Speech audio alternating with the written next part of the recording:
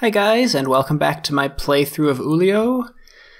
It's going to be a short one today, as all we have left in front of us is the Epilogue, the Buried Past.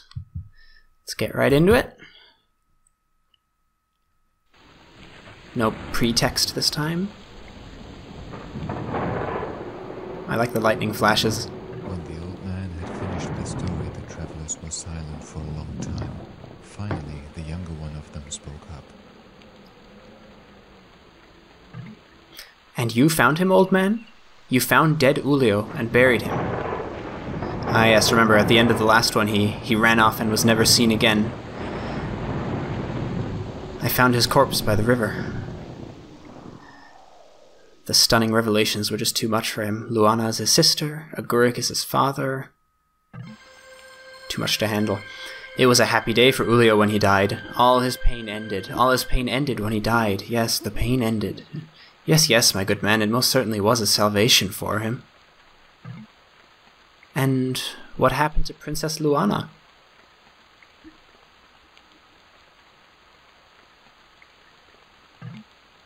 Oh, Luana? She withdrew into the monastery where Ulio and her had first met. I think she lived on for a long time. She never spoke a word to any living person anymore. Too big was her grief and her shame. Although nothing really happened between her and Ulio. Hold on. Did you just say nothing happened? It's the monastery from the second scenario.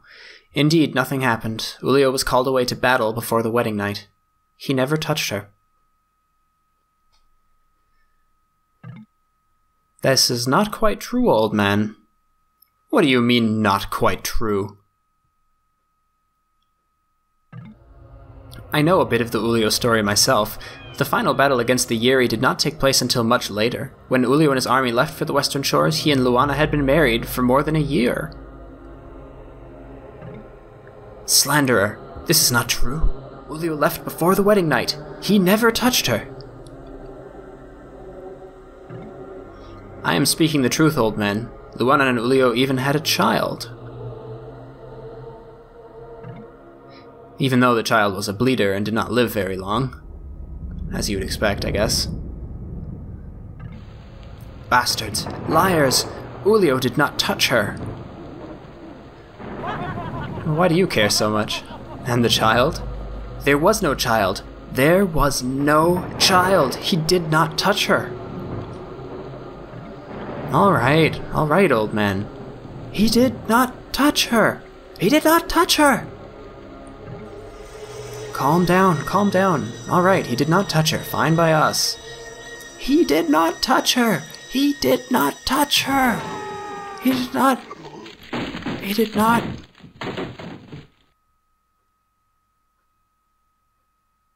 The old man collapsed on the floor and lay still. When the travelers turned him around, they looked into a lifeless face. The travelers sat motionless, staring at each other. Finally, the elder traveler gently closed the dead man's eyes. Well, our fellow guarded Ulio's grave in his memory for many years. Let us bury him in Ulio's tomb, so that the prince and his guardian shall be united. And so they did. But when they opened Ulio's grave, they found no remains of any other body. And as they heaved the old man into the hole, his trouser leg slid up and revealed a star-shaped birthmark on his right thigh. The end. Dun dun dun! What a twist! Who didn't see that coming? Show of hands, who saw that coming? Kind of reminds me of the end of the Barbarossa campaign in the official game campaigns, where the narrator turns out to be Henry the Lion all along. Well, the narrator was Ulio all along. Alright, so that was Ulio. Great campaign.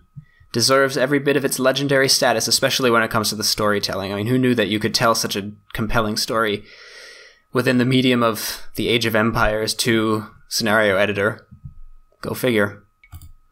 It can be done. The end. Based upon the myth of King Oedipus. Yep, I can see that, actually, now that you mention. Alright, credits. Some of the tricks he used, I guess were not actually invented by him, but rather he adapted them from other people's scenarios. Although I think among other things, the impaled corpses are original to this scenario, and it's something that's been used a lot in other scenarios since. Here's all the playtesters, including me. Look, the adder. Huh. Well, not really. I think when Ulio came out in 2002, I was maybe 10 years old or 11. Not sure. Credits. Alright, well, that was Ulio. Thanks you guys for sticking with me through all this. I've got great ideas for the channel, don't worry. I'll be back with more campaigns soon. A couple of you over at the Age of Kings Heaven forums suggested that I play the Successor, which is a campaign, actually 2 campaigns. It's a series by panel.